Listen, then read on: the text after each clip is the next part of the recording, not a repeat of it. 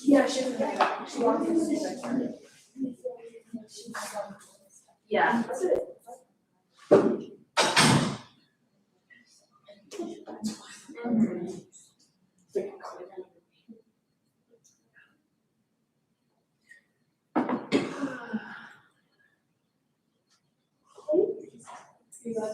Yes. So glad. Yeah. She does. She has to do that. So then also because all of them were out of presenting, because I asked you all have to stay in a certain room, we were all assigned a certain letter to stay. So I didn't know if they had to switch because of Capstone advisors. Yeah. So that's what I was wondering. I think they tried their best to group people in the room with their advisors, but. Yeah, so that's what I was wondering. And then switch to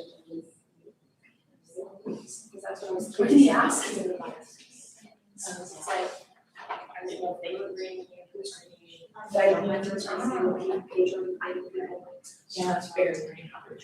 I'm very. Yeah. Hey, Justin. Yeah, they just. A lot of them. Heck yeah. But they ask you. Dude, heck yeah. It's so it's to traditional strengths.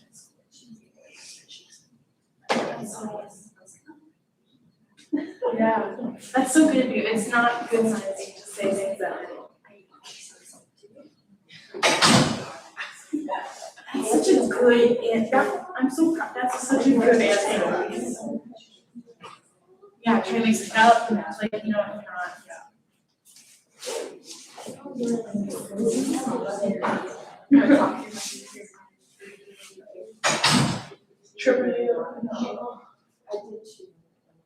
Man, it is so hot outside.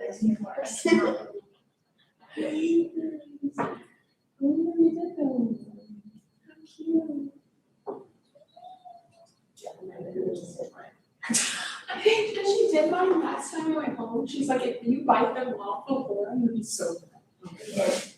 No, I didn't. Yeah, these are brothers and sisters, and those are my parents. Oh, you're doing a toothpaste.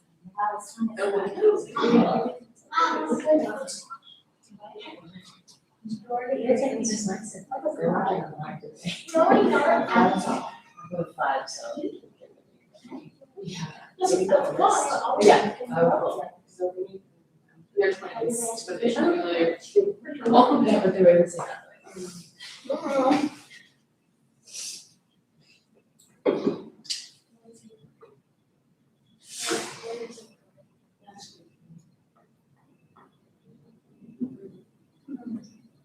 The first thing. Okay, now I'm down sit. The nurse are gone and now I'm just here.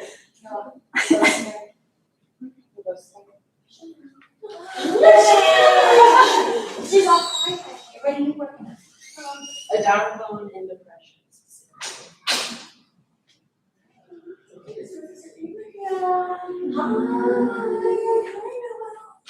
How are you? Good, how are you? I found you. Yes, I hope you have. Oh, thank you for coming. Hi, Michaela. Have you all shared the links with your family? So Michaela, did you do a test run? Yes, so it worked. And You're welcome. applications for Did you tell her what happened? Yeah, so I was able to, so. Okay, what is the issue? Was it in the- Yeah, because it happened again, then I closed it and opened it as an invitation. Yeah. Oh, yours is ready to go. Thank you so much. You're welcome. Sit down, where was that? And you Guys, guys we need too. to.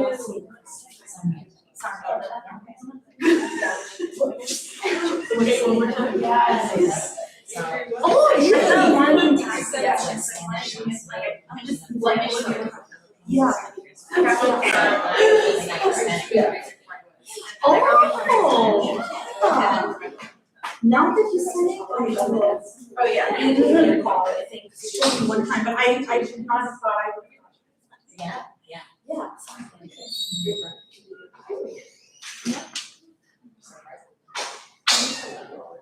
Yeah, you know that?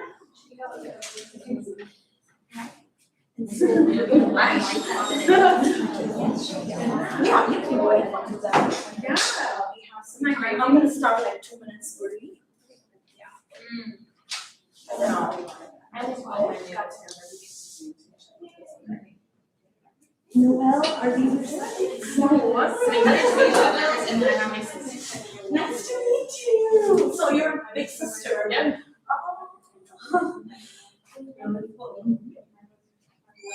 I didn't know that you lived here. How do you live? Yeah, I live about an hour away in Parrish. It's by like Bradenton area. So pretty fairly close. And if you take back roads, you'll be here in like an hour, 15 minutes. Oh, Man, what am I going to do? and I'm so looking forward. I was so glad that I'm in the same room with you and Eddie because I missed both your talks yesterday. So it's like, great, I get to see them today. Dr.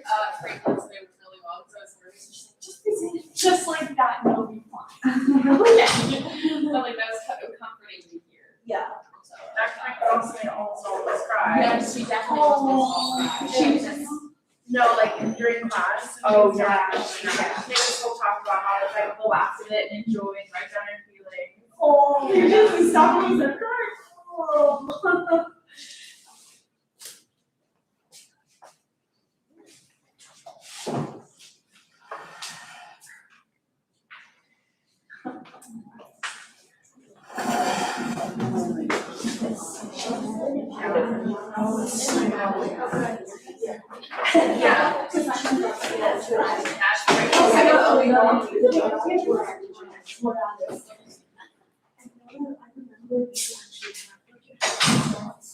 Yeah. I know. What is it like? It's been well. Yeah, it's Yes. it's right. Yeah, the doctor. It was so funny, my mom was very good. So I so she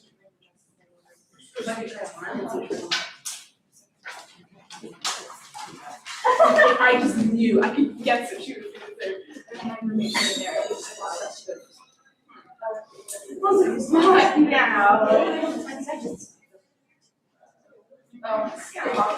Yeah, and then the other one was. Legit, it's like, no, literally, I was like, are you kidding me? Not really. This is what I don't have to see.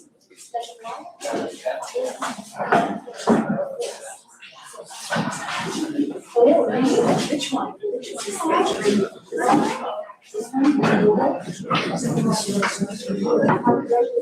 there's a slideshow version of the there are versions of so then the long one is the slideshow. Yeah.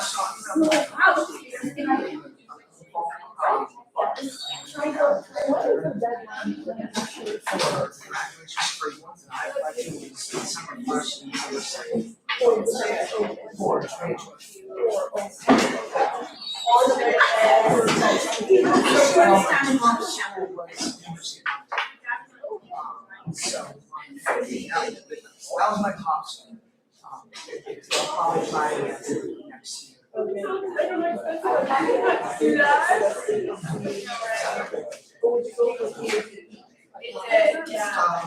Probably for research or something.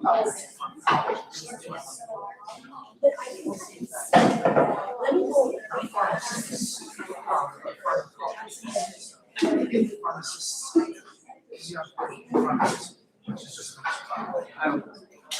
From college. I just do better with I looked into pharmacy schools. So I got.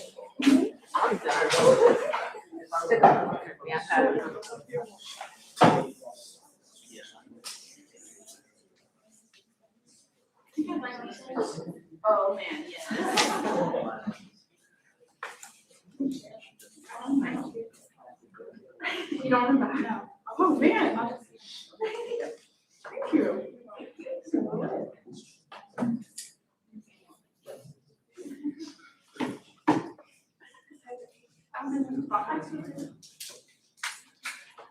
Well, good afternoon and welcome to our Capstone session number 2.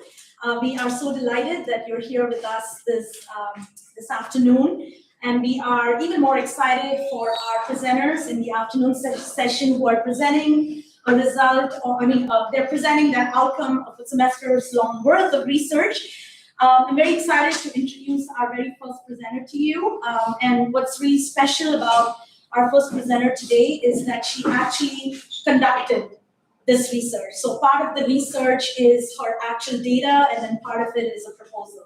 So let me go ahead and introduce our very first presenter, Michaela Sarmiento. Michaela is graduating with a degree in biology with a concentration in dentistry. She is from Gainesville, Virginia, and has been at SEU for 3 years. She has served as a TA, ACE biology instructor, the CNHS SGA senator, SciPure mentor, SEU worship leader, DSF chapel producer, and has done research in Washington, D.C. while being an intern with the Department of Health and Human Services last summer. She plans to work as a dental assistant back home in Washington, D.C. as she applies to DDS and DMD programs for the 2024 cycle upon graduation. She plans on specializing in endodontics and will be going on to medical dental missions prior to attending dental school. Let's go ahead and welcome Michaela.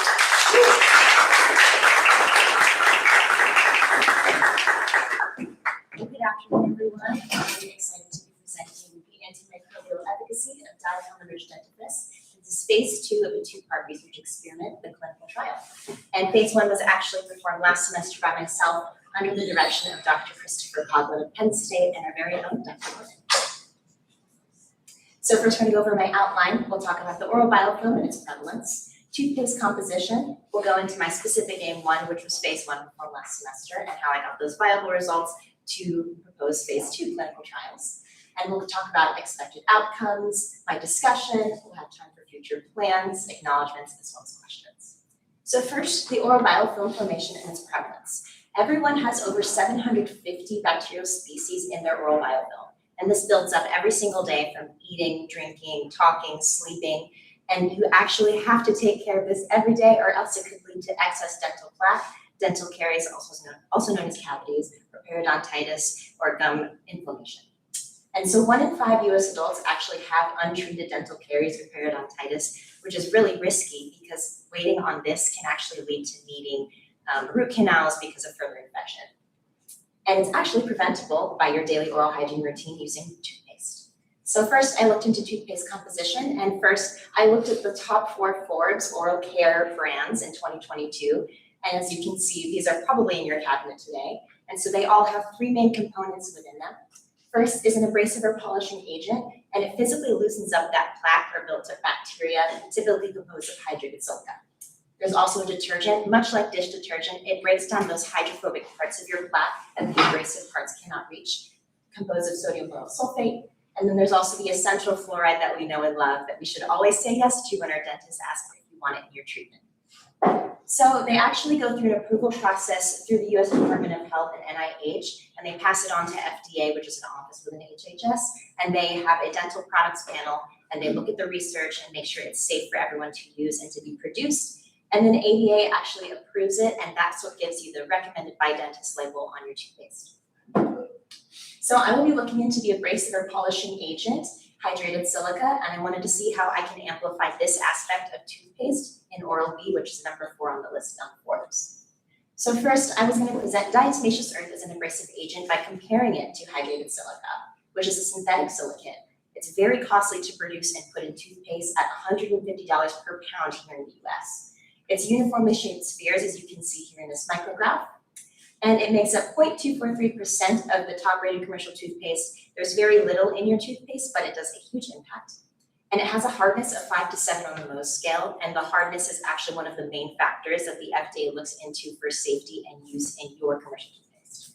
So I'm presenting that we add diatomaceous earth, which is a naturally occurring diatom. It costs about $2.50 per pound in the US, very much less than the hydrated silica. And it has variably sized and shaped diatom crucials, as you can see in this micrograph, very different from hydrated silica in that it has a higher surface area, which I feel like could help the toothpaste to have more abrasive components in it to help slough off that bacteria physically. And it's a popular natural additive today. People put it in smoothies, cleaning products, all types of things because of that higher surface area and its natural components. And it has a hardness of 6 on the Mohs scale, which falls right in that sweet spot of that already approved amount for FDA. So first, I have my specific aim 1, and it was to determine the efficacy of the diatom-enriched commercial dentifrice in inhibiting microbial biofilm formation on typodonts or oral models, as I have right here. So this is actually one of the oral models that I used for my experiment. And so I was determining that there was going to be a significant difference in adding this dentifrice in the Oral-B toothpaste. So this is how I performed phase 1 last semester. First, I took my own bacterial culture from my mouth, and as you can see, I used nutrient agar to simulate the nutrients already in your oral cavity. And so I sterilized every single typodont before adding treatment to make sure that there was a nice baseline, that there was no other bacteria that was there prior to the experiment. And I inoculated the bacteria and transferred it onto every single typodont, a very tedious process, but I made sure to hit it in the crevices and grooves, as you will have bacteria in your own mouth, very much in the little crevices, on the roof of your mouth. I made sure to make all of the places of the bacteria in the right spots. So continuing the methodology, I had a group of diatomaceous earth alone. I had Oral-B toothpaste alone, silicic acid hydrate by itself. There was a control group that had no treatment whatsoever. And then of course my experimental dentifrice, which was the Oral-B and diatomaceous earth together. And I applied the treatment using the ADA brushing guide and the Oral-B toothbrush to stay on brand. And then I took post-treatment bacterial culture and I let that sit underneath the hood before I took those swabs, of course.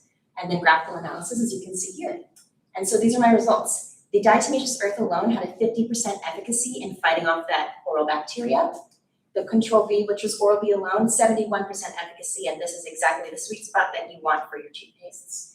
And then the hydrated silica alone had 55% efficacy. And as you can see, the diatomaceous earth alone was more beneficial to inhibiting that microbial bacteria than hydrated silica, which is already in your toothpaste.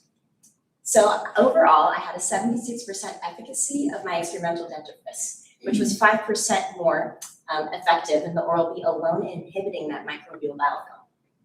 So for my specific aim 2, this is the proposal, to determine the efficacy of diatom-enriched commercial dentifrice in inhibiting microbial biofilm formation in the oral cavity in human patients. So of course the hypothesis saying that this will also work in humans. And for my experimental design, it'll be similar to phase 1, but using real people, just tweaked a little bit. So first, it's going to be a double-blind study where both the administrators and the participants do not know what treatment they're receiving. So it'll be an unlabeled treatment. And it'll be performed over a week, 2 times a day as recommended by the ADA to brush your teeth, 14 total samples. And the participants will be PhD, DDS, or DMD students. And the administrators will be dental hygiene students. And this is already what is used nowadays for research in the dental field. And then the microbial analysis will be facilitated through microbiology labs. So for the methodology, the same groups as before, except we don't have a group that's not receiving treatment because we don't want anyone walking around with no toothpaste for a whole week. And then so we will take the pre-treatment bacterial culture for these groups. And the treatment application, just like the other one, recommended by the ADA, administered by hygienists, who will also get patient contact hours for this. There will also be a post-treatment bacterial culture. And then of course the graphical analysis. But the specific difference in this part is that there's longitudinal graphical analysis for the control B and experimental groups only.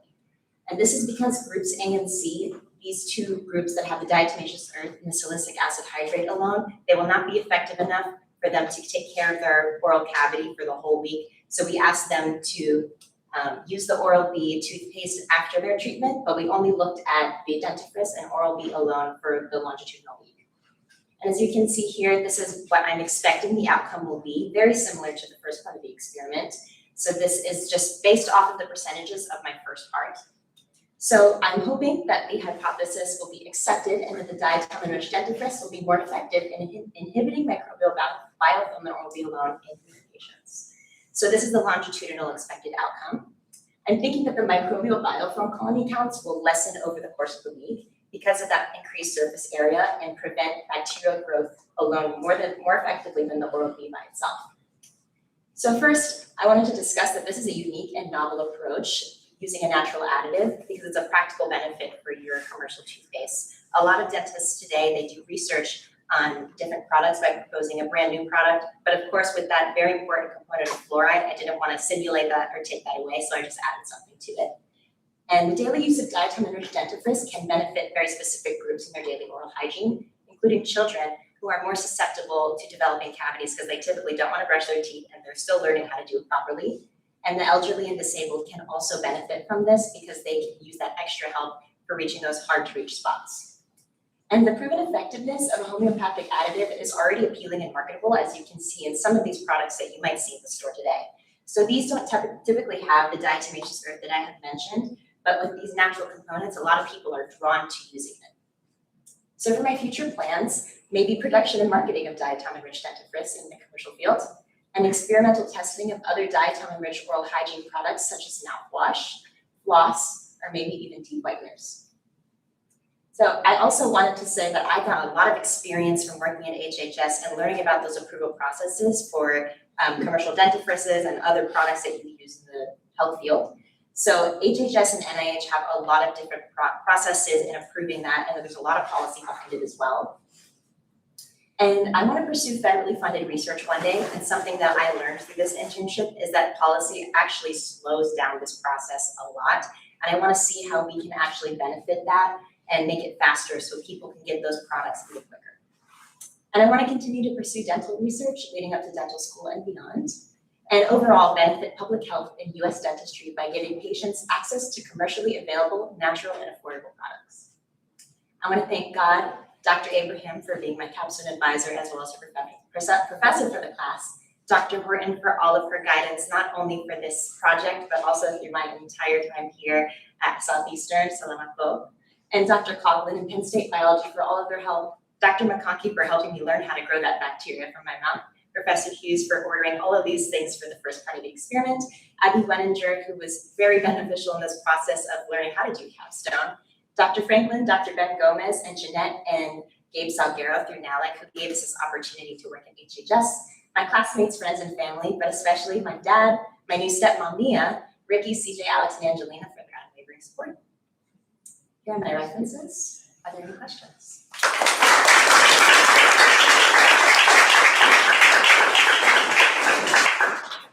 Questions for Michaela? Yes, Dr. Martin? So what is the percentage do you think is most effective, and what, I'm sure you're not gonna advertise Crest, because that's your toothpaste of use, correct? So if you are to, this is to be applied, you know, yes, people will be interested, what would be the percentage do you think would be best, efficaciously, right, different toothpaste? Right, so Oral-B alone and most toothpaste, they're around that spot of 70% efficacy, as you saw in my graph earlier. And so the dentifrice that I made was 76% effective. And so typically it doesn't kill all of that bacteria because there is good bacteria in your mouth that you need for food digestion, salivation, all of that. So I will present my product as having 5% more efficacy than the leading products already. Yes, Celia?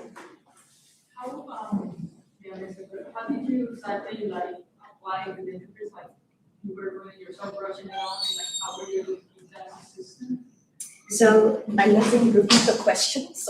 yes, she asked how I applied the treatment and how did I make sure it was consistent when I was applying the treatment. So I used that Oral-B toothbrush, and I talked about the ADA recommendations for brushing your teeth. And it's actually a total of 2 minutes, which is what the mechanical toothbrush timed out by itself.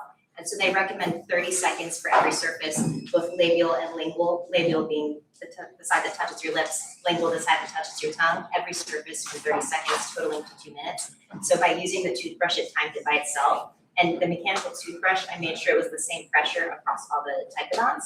And I actually just used tap water and the right amount of treatment that's recommended on the actual toothpaste.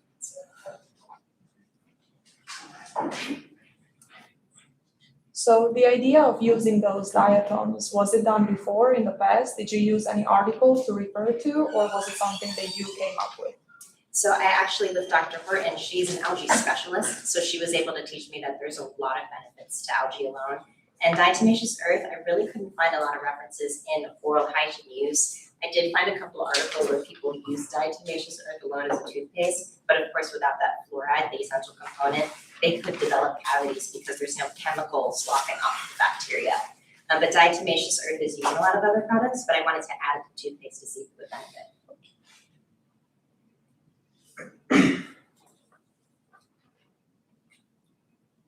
Any other questions?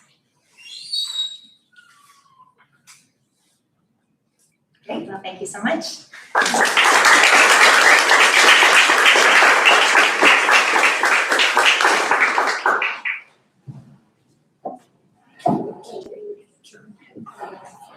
Our next presenter is Noelle Mullins, who is graduating with a degree in biology with a concentration in medical sciences.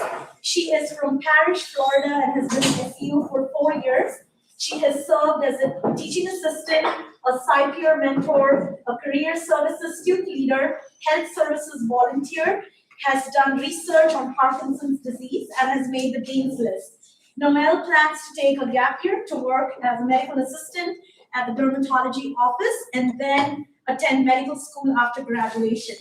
Her goal is to pursue becoming a dermatologist. So over to Noelle.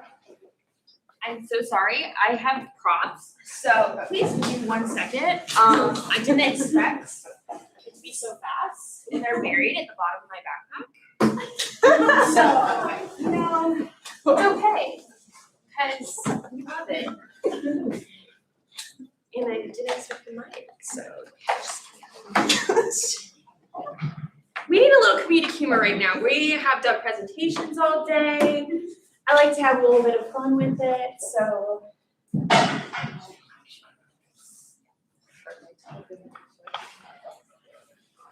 Is it the down buttons? Yes. Perfect. Just want to make sure it works. Hello, everyone. Thank you so much for coming today.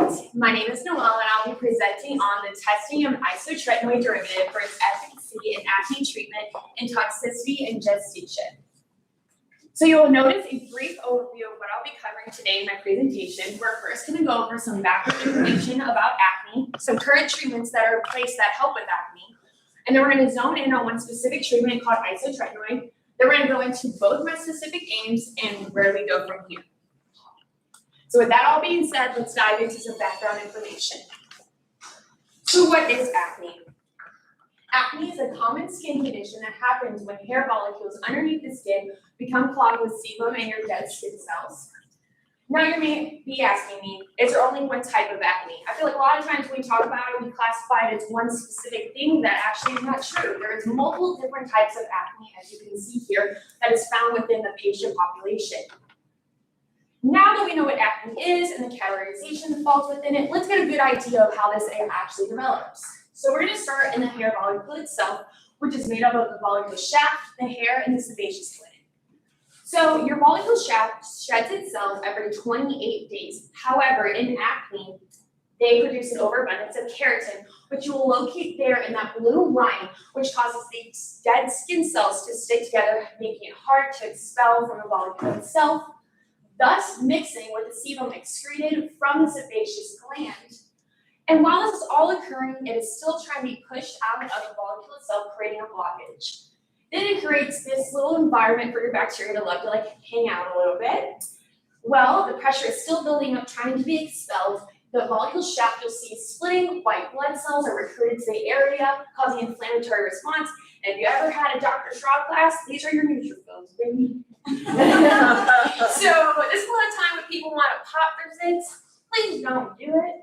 It will lead to scarring, and that's a whole other form of treatment that you'll have to go through. So please don't do it. I know you think you're Mrs. Pickle Pumper. Leave it to TLC. Leave it to TLC. So now that we've covered that, we're going to dive into some current treatments that are already there. So what are my options? There's actually a number of options you can take when going over acne. So you're going to start with your antibiotics, then your retinoids, and diverse treatments. I have some of them here for you that I ever so stumbled to set up before I started. So then we're gonna dive into one specific treatment alone. And that's gonna be isotretinoin, also known as Accutane. How many of you guys have heard of Accutane? Awesome, I love it. So what is the big deal about Accutane? Your acne has to actually reach a certain severity level before you're even prescribed it. And there's a number of regulations when it comes to being on it, such as you have to get blood work done and check your white blood cell count and your liver functioning. And women have to have a negative pregnancy test before starting and each new supply before they can even obtain it. And women must be enrolled in the iPledge program. So you're telling me I have to have a pregnancy test done and I have to be on iPledge. So why is iPledge a thing? Well, iPledge came out in 2005, it was updated in 2010 to raise awareness of isotretinoin fetal exposure because this drug has been linked to cause birth defects, so it's meant to educate women on it, knowing the risk once they become on this. So now you're thinking, well, what's the protocol? So you sat down with your physician, you're like, okay, Accutane is for me, so where do we go from here? You have to have a negative pregnancy test, you have to be on 2 forms of birth control, or you can be abstinent, and then you are assigned an iPledge number, then you log into iPledge, then you have to answer 5 questions correctly, and if you don't do that, you keep doing it, then you have a 7-day window in order to pick up your medication, and if you fail to do any of these steps in this order, you cannot have that month's dosage and you cannot start. So now I've explained how hard it is to get on it, but you're like, well, how come it is standing in front of you right now? Well, because it's mine. I have been on Accutane, unfortunately, twice. I was part of the slim percentage that relapsed. So these pictures are from my treatment last year when I was going through it. So you'll notice I put month 3 because I was at the end of my purging phase because your skin gets worse before it gets better. And then I was at the end of my treatment, 7 months, and you can see my skin is completely clear. Someone saying that's a miracle. So how does this miracle drug work? So it works by the reduction of sebum excretion and reduction in the size of the sebaceous gland. It also decreases in that hyperkeratinization that causes the dead skin cells to clump, making it harder to expel. It also alters that microenvironment within the duct. However, the downside about this is the mechanism is currently unknown, but it is assumed to follow the retinoid pathway, which you'll see here, where the retinol binds to the retinol binding protein, which delivers the retinol into the cell, going through a series of reactions in order for this process to occur. So with all this knowledge we just gleaned, I asked myself throughout this process, is there a possible way to create a better drug to lessen the birth effects? So that leads me to specific aim 1, which is to synthesize an isotretinoid derivative and then test for its acne vulgaris treatment. The reason I did that first is because we had to first see if it helps with acne before we tackle the next hurdle. And my hypothesis is in altering the structure of isotretinoid, the treatment of acne would mimic the results found in the original use of isotretinoid treatment. So you're maybe thinking, what is this exactly going to look like? So this is the current structure of isotretinoid, which I circled the carboxylic acid group, which is assumed to be the binding point to the retinol binding protein. And as I looked at all the other derivatives, this functional group remained constant. And I was looking at other products pregnant women could have, looking at the groups of what were there, and I just kept seeing the same things, and I thought I was gonna have to scrap the entire project. But then I went into one of my roommate's rooms, and she used a vitamin C serum on her face, and I was like, let me go look at vitamin C real quick. And I noticed that it has a ring-like structure with the same group, and there is yet to be a new derivative with a ring group attached to the end. So I wanted to see if that had any form of effect on acne and if it could help with treating and lessening the birth effects as well, because vitamin C is a very good molecule when a woman is pregnant as well. So how will we then test it if it helps with your acne? Well, my sample will consist of 18 male and female acne-induced rhinomice. They then will be split up into 3 groups, the placebo group, the isotretinoid group, and the derivative group. They will be pre-examined, kind of like your pre-examination process you would go through on an Accutane, and then they would be given a rating on the Investigator Global Assessment of Acne Scale. The treatment will last for 6 months. It will be 30 milligrams for the first 3 and 60 milligrams for the last 3, mimicking my own personal treatment. Observations will be taken daily. The renewing of the test will happen at the end of each month. And then skin removal will be taking place in histological and statistical analysis will be done from there. My expected results for each group is to show the placebo group will show slow healing of acne vulgaris, and the IGA scale will go from moderate to mild, And then acne will show slow going away because it's just healing on its own with no treatment. And I expect to see the same results for isotretinoid and the new derivative. The first 3 months showing a sense of purging in the skin, the last 3 showing clearing, and an IGA going from moderate to completely clear. So now that we've assumed that this has cured your acne and moving forward to the next hurdle at hand, my goal is to examine and evaluate the toxicity of the newly developed derivative within the gestation mode parturition period. My hypothesis is in altering the functional group found in isotretinoid to a vitamin C ring, the chance of birth effects would in turn decrease. My methodology behind this would be gestation day copulation would take place and we would obtain 32 pregnant female rats, which then will be divided into 2 subgroups of the control and new derivative, 60 apiece. They then would go through the administration process where the control group will get only the vehicle, and then the administration of the new derivative will mimic the same as methodology number 1. Observations will also be taking place daily as well.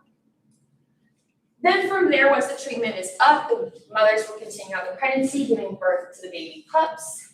They then will go through an evaluation process. I know my slide says pups, but the mothers will also go through an evaluation process as well. And then, unfortunately, if adverse effects did take place, the animals would be euthanized, unfortunately. And then statistical analysis will be taking place as well. My expected results for each, the control will show general clinical signs of no abnormalities at any dosage stage. Mother rats experience a healthy pregnancy and pups are born healthy. The new derivative would show signs of kind of general side effects such as dry skin, dry eyes, and then mothers may experience an uncomfortable pregnancy and some pups may experience adverse effects. So this leads me to my future direction. Where do we go from here with all this knowledge? So I separated it into short-term and long-term goals. My first goal is to create and test more derivatives that could be a more effective treatment than Accutane, just because that is the top of the line treatment for acne now. I want to give patients another opportunity to take something else. And then goal 2 is to pursue human trials to see how patient populations handle that medication. And 3 is to advance the field of dermatology for new treatments for acne patients and to produce skincare products for expecting or soon to be expecting mothers, just because they don't have a lot of options. Oh, I'm so sorry. Here is my acknowledgement slide. I like to thank God and all that He has taught me throughout my undergrad journey. I've grown so much and I can't believe I'm standing here today. I like to thank my family for being here, thank you all, and my friends for always supporting me and being there for me through this process. Dr. Salad for being my Capstone advisor, being so amazing, and Dr. Straw answering all my questions, and Dr. Abraham for being our amazing Capstone professor. Here are my sources. Thank you so much, and if you have any questions.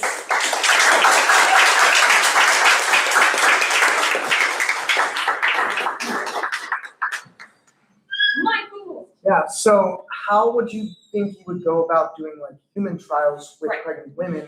Because the FDA highly discourages pregnant women from being in clinical Absolutely. So nothing could ever be tested on pregnant women because it is completely unethical. So in the field of dermatology, all the knowledge we do know is gathered from other models such as this or non-human patients. And most of the time, you have to sit down with your provider and do what's best for you, just because pregnancy is so unique and very patient specific. And so is Accutane and like a lot of acne products. So like for me, example, when I went on dermatology products, I went through all, like this isn't even all my products. I went through every antibiotic, oral, topical, and everything. And you just work through all your medications you can possibly do. And that's a last resort. So that shows how specific skin can be. And now you're throwing in pregnancy. So it's definitely, you can't get it on them. You'd have to make the best educated decision for your patient and themselves as well with that. That was a great question. Is Accutane UV sensitive? Yes, it is. So you can even ask my mother, who tells me to go put on sunscreen every time I go outside, and how many times I don't listen. So my roommates can attest to that as well. It is UV sensitive. So one of the other side effects of this drug poses is you will get terribly sunburned. If you saw me when I went outside just to walk to my car one time last year, I got burnt. And that was just not even a lot of exposure. So that's another side effect that could be targeted through other research. So yeah, I carry sunscreen with me and a lot of chapstick. So once you have cleared the acne using Accutane? Do you stay on the Accutane? So my treatment, for me personally, I did it for 8 months. The average treatment is 6 months. Some people are cleared 4. So me being on it right now, I'm in the middle of my 3rd month treatment. Usually we go until my skin is completely clear, no matter how long the treatment plan is. And I looked into it to see if there's any adverse effects of continuing Accutane after your skin's clear. There's actually not. You just have to go through all the protocols still, and you use a lot of chapstick. So once I get off of it, I'm very happy to have my lips back. Sometimes they get swollen too. My mom can tell you that as well. After. It's like an ignorant question. Like, do mice get pimples? So- Like, do they have a purging? Some, I looked it up, and some do, but that's why I said acne induced, because most don't. And rhino mice, if you look them up, they're not the cutest mice, but they look like hairless cats. So, and I would have, you basically induce the acne to test it on them. So, yeah, no, that's not a ignorant question, because I had the same thing, and I was like, I think I got induced acne. I'm so sorry. What about mood changes while you're on Accutane? I've experienced that, unfortunately. So when I got to the end of my treatment last time, I had a lot of anger, because I'm a natural angry personality to some extent, or aggressive, and it brought that out of me, and I get mad at the smallest of things. My uncle actually was on Accutane and punched a hole through the wall. So it does cause some mood swings, so that's something to consider as well when you go on it. So there is a number of side effects. Like, I just focus on like birth effects, but there's dry skin, dry eyes, bloody nose. I had back pain, neck pain, knee pain. So, and that's what makes this so rough of a drug. I even cried before getting on it because I just didn't want to go on it. But I ended up doing it. It was the best decision I ever made. But I want to offer people an alternative to lessen that side effects and lessen the fear of pursuing that avenue in dermatology. So. Any other questions? Just one more. So new derivative would be the combination between vitamin C and Accutane? Yes. So that's the idea, just because there's no derivative that has a ring structure. So I want to see if that plays a role. If that has anything there. Another thing I would want to look into is possibly trying to figure out the mechanism of Accutane, because it is unknown and it's all assumed that it would follow the retinoid pathway, because we don't even know that. There's not a lot of studies on this drug, because it came out in like 1980. So there's not a lot on it, unfortunately. Any other questions? No. Let's give Rebecca a hand.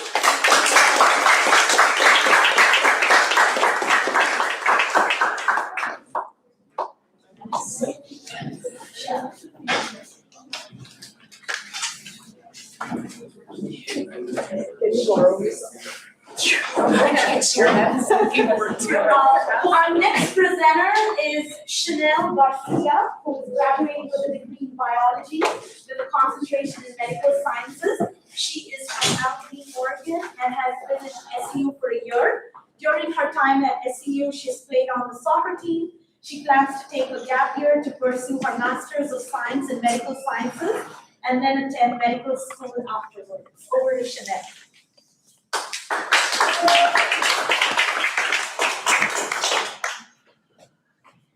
The title of my presentation today is Role and Mechanism of Edaravone, EDA, in Depression, an investigation into its antidepressant activity and usefulness as a biomarker. The outline I'll be following today includes background both of depression and edaravone, which leads into my specific aim 1 and 2, followed by the outcomes, conclusion, and ending with questions. So what is depression? Depression is a debilitating mental health disorder that's very common but serious and it's a mood disorder. So it causes severe symptoms that affects how a person feels, thinks, and how they handle their daily activities, such as, but not limited to, sleeping, eating, working. So here is a model of depression that kind of just gives generalized expressions of depression. So for moods, one can feel depressed, irritable, or sad. For the physical functioning, it includes sleeping less or more, eating less or more, lethargic, and brain chemistry changes. For those behaviors, it includes withdrawing from people, doing nothing or very little, as well as a lack of participation in enjoyable activities. Some thoughts may include, I'm no good, no one likes me, I fail at everything I try, and I'm never going to get better. Which leads me right into selective serotonin reuptake inhibitors, or SSRIs. These are the most commonly prescribed type of antidepressant. They can ease symptoms of moderate to severe depression as well as anxiety. And these SSRIs are used to treat depression by increasing the levels of serotonin in the brain. So how does that work? So here you can see that there's a presynaptic nerve ending as well as a postsynaptic nerve ending. These neurotransmitters, which consist of norepinephrine, dopamine, and serotonin, specifically focused on serotonin here. But you can see that the SSRIs are actually blocking that reabsorption or reuptake of serotonin, which means more serotonin is available. And if more serotonin is available, that will upregulate your mood, appetite, and many other factors as well. Monoamine oxidase inhibitors were the first type of antidepressant developed, but the current antidepressants now have taken over. It is still effective, but there's more side effects using this.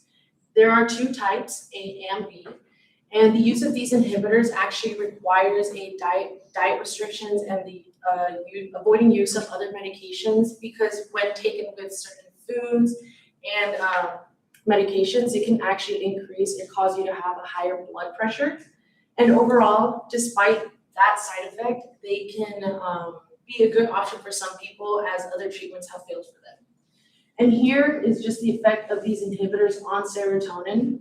We can see that serotonin is produced directly in the neuron, and then it is stored into the vesicles, then released into the synaptic cleft, which is that gap between these neurons, and then it is uptake or reabsorbed through that reuptake pump. So the focus here is that the monoamine oxidase actually break down serotonin, but these inhibitors actually prevent that from happening, so it allows for an increase in those serotonin concentration. So current types of treatment for depression include psychological treatments, medication, as well as relaxation techniques. The psychological includes a cognitive behavioral therapy, which is just going in and talking to someone, figuring out a plan, what steps to take. For the medication includes antidepressants and herbal products. These antidepressants are prescribed by your provider, and you could have the herbal products as a recommendation as well. Some relaxation techniques include things such as yoga, sports, and exercise, as we do know that a little bit of exercise goes a long way. So what is edaravone, or commonly known as radicava? It acts as a free radical scavenger. It protects neurons in the brain and the spinal cord by eliminating the reactive oxygen species, and overall, it is known to work against oxidative stress. Some common side effects of this medicine is that it causes contusion, gait disturbances, headaches, as well as feeling fatigued. And here is a chemical structure of edaravone. Improvements caused by EDA. So all of this research that I saw about edaravone provided a lot about ALS patients and how it serves as a neuroprotecting agent, specifically for ALS, in the way that it halts progression in acute stages and the overall loss of functioning by 33%. It reduces mortality rate and it has anxiolytic effects, just meaning that it reduces those anxiety-like behaviors or symptoms.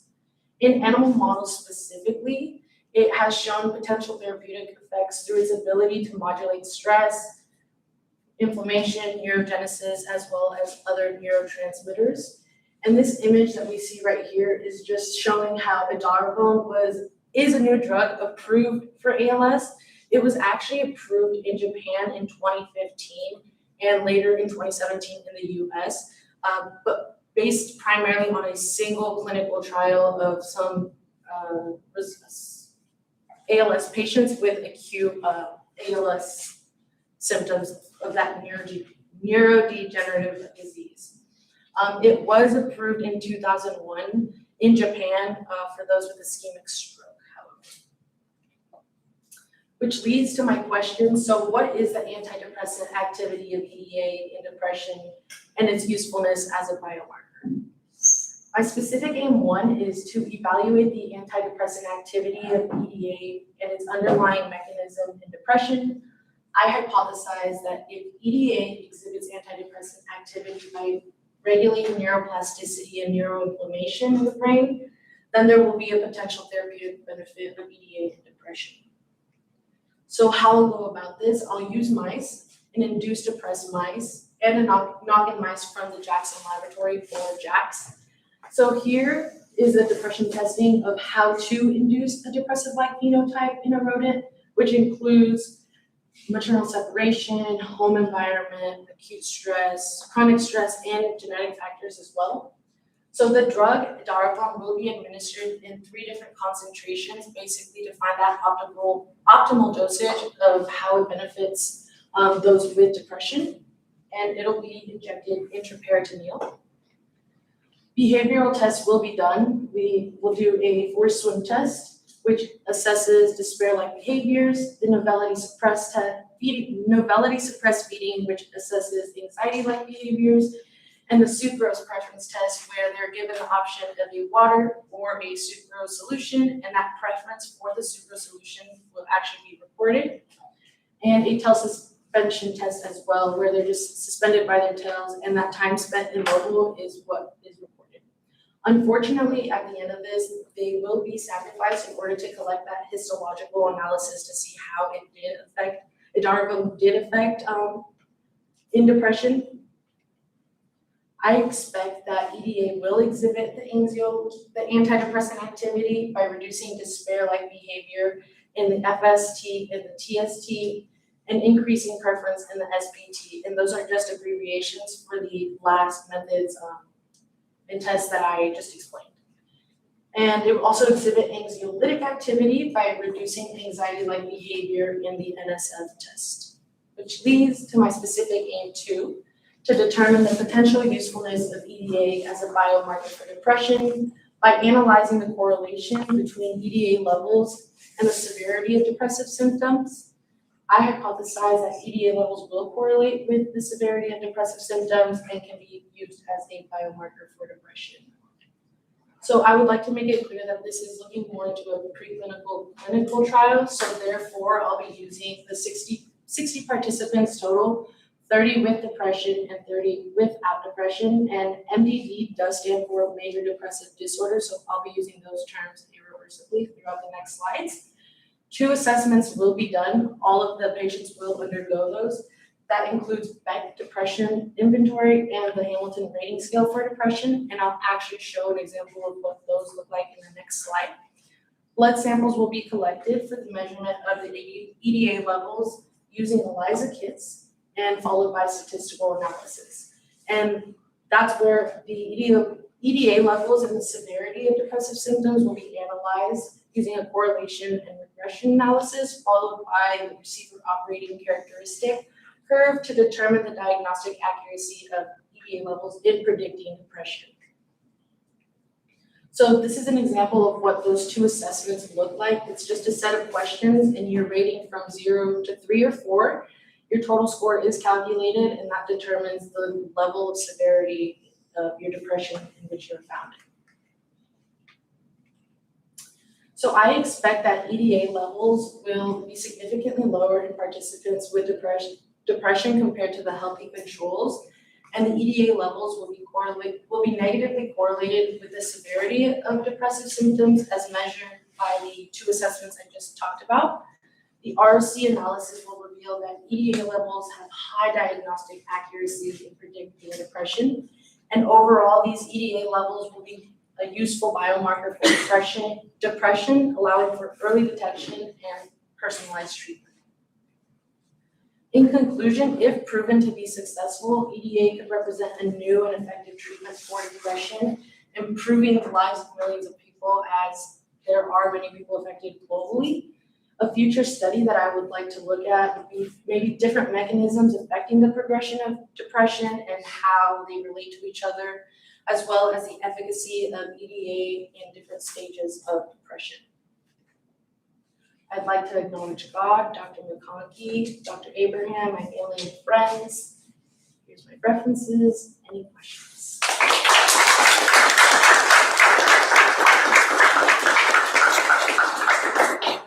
questions for Chanel? How long does like a depression treatment normally last for? Like how long would a patient typically be on? So it really depends. You can be found in an acute stage, and that treatment can last anywhere from 4 to 8 weeks. Or if you're in a continuing stage, it can be anywhere from 4 to 9 months. And then compared to that last maintenance or relapse prevention, it lasts up to years. So personally, out of my experience, I've been on treatment for like a year. So it, like I said, it just varies from person to person.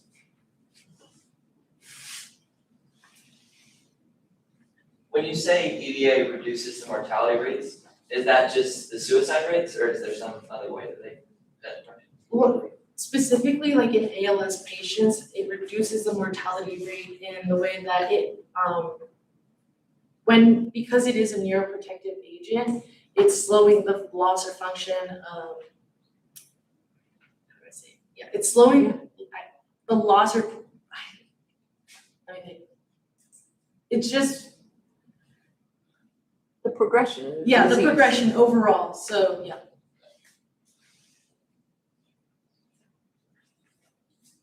Why did you wanna do this?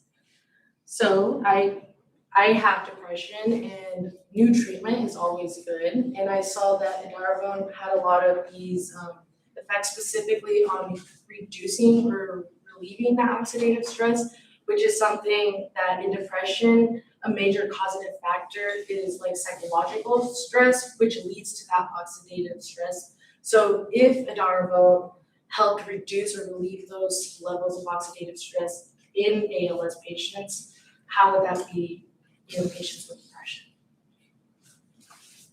Just a general question. Once the person experiences depression for the first time and maybe moves on, like actually goes out of depression, do you think it can be the same person as before depression, or there's always something that's left in person?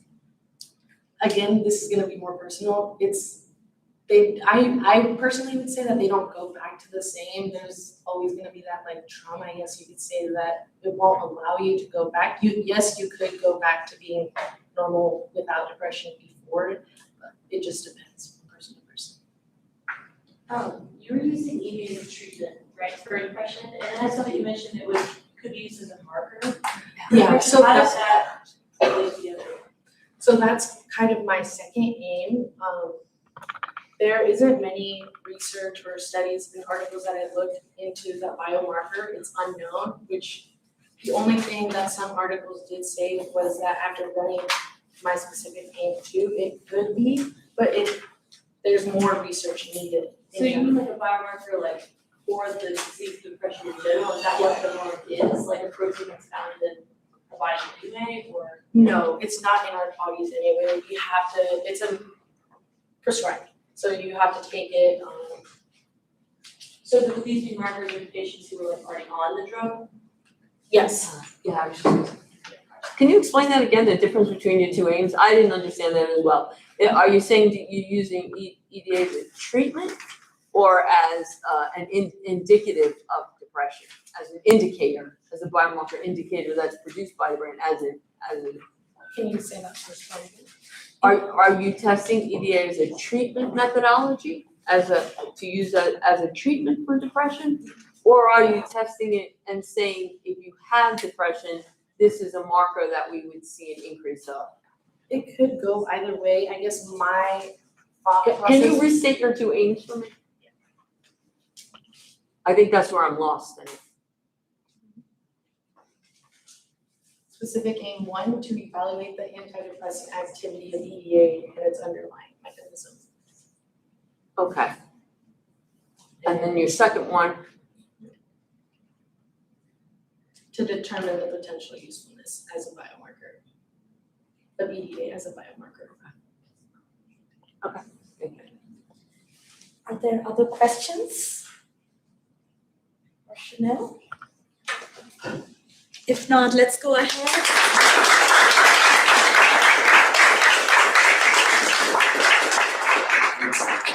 Thank you all so much for being here today and coming out to support our presenters and our research students. This concludes our official events at the symposium. I think right now all our school students are going to be led on a tour through the building, but this concludes our symposium. So thank you so much for coming.